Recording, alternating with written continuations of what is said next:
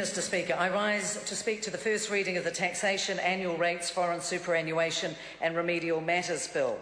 This is a very straightforward piece of legislation and potentially at least enjoys the support of the political allies that we have in this House and oftentimes foes. Even the Greens, not known for being particularly positive, have supported it because it is, Mr Speaker, a very straightforward piece of legislation and its purpose. It is simply this: to protect the tax-based changes, to make the tax system fairer and the economy stronger.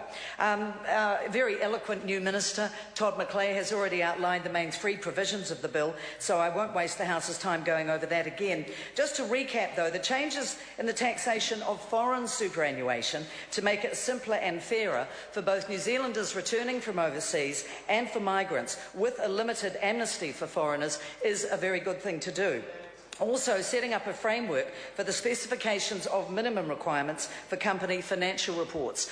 I'm concerned too with the change that is happening as regards mining, because bringing the tax treatment of the mining of specified minerals such as gold, silver and iron sands into line with general business tax principles really has to be done. Looking at that in more detail, we know of course that mining is a very important sector, but we have to ensure that tax rules do not advantage one sector over the other.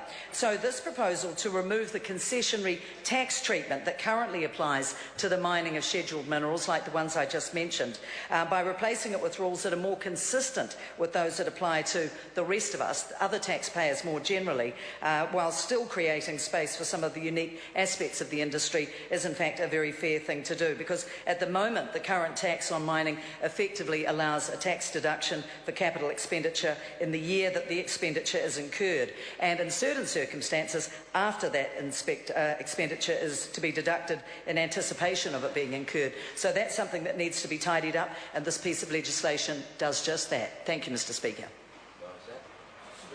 Andrew Williams. Thank you, Mr.